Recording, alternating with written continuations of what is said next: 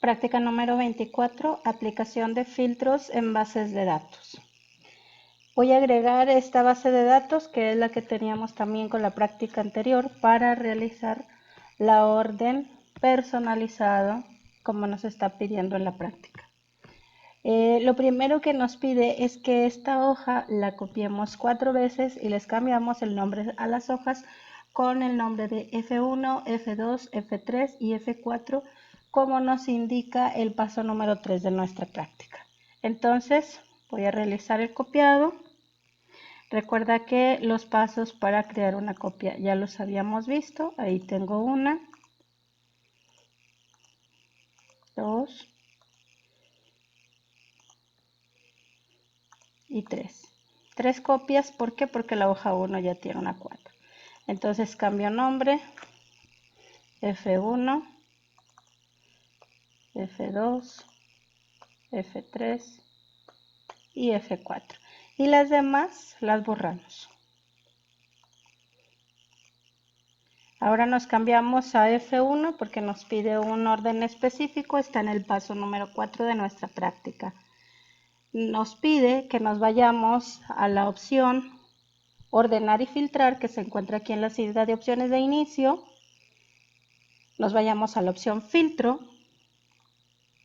y vamos a observar cómo se ponen estas pequeñas flechas en cada columna.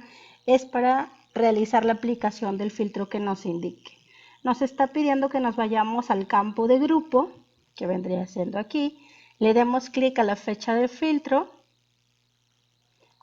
y solamente dejemos activados primero C y primero B. Desactivamos primero A y le damos a aceptar.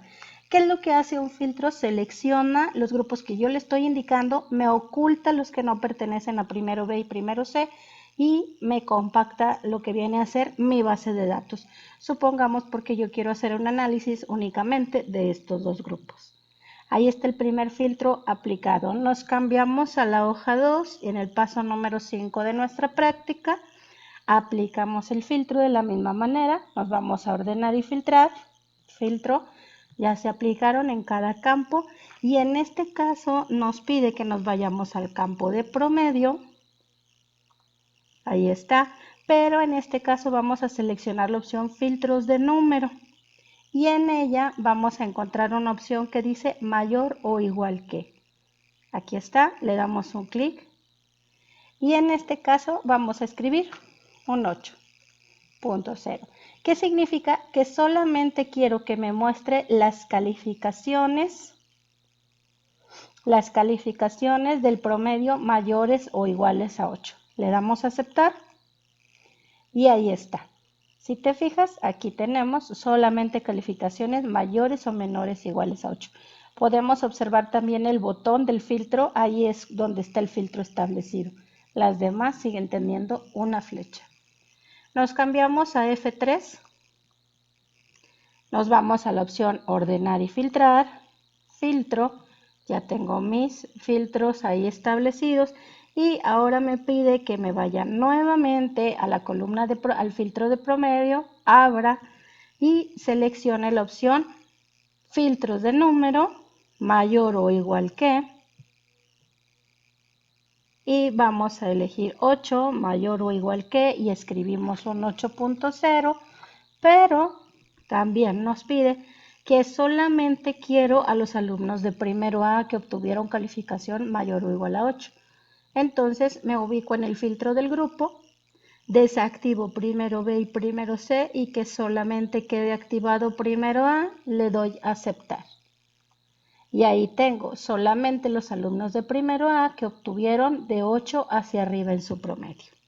Por último nos vamos a F4 y aquí en F4 me pide nuevamente que me vaya a ordenar y filtrar, filtro.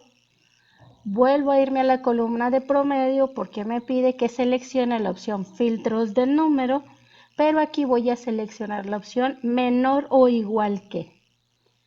Selecciono menor o igual que y la calificación que quiero aquí es de 6.0. Le doy a aceptar y aquí tengo que no tengo alumnos con un promedio menor o igual a 0. Aquí quedan ya mis hojas terminadas con cada uno de los filtros. Los filtros me sirven para esto, para compactar las bases de datos de muchos registros. En este caso solamente tenía alrededor de 30 registros, pero hay bases de datos más grandes, pero para localizar ciertos registros que cumplen la condición que yo le estoy diciendo sin tener que borrar los otros. Lo único que hace es que la compacta y aquí puedo observar que está aplicado un filtro. Agregamos a nuestra práctica este archivo que pertenece a la asignación.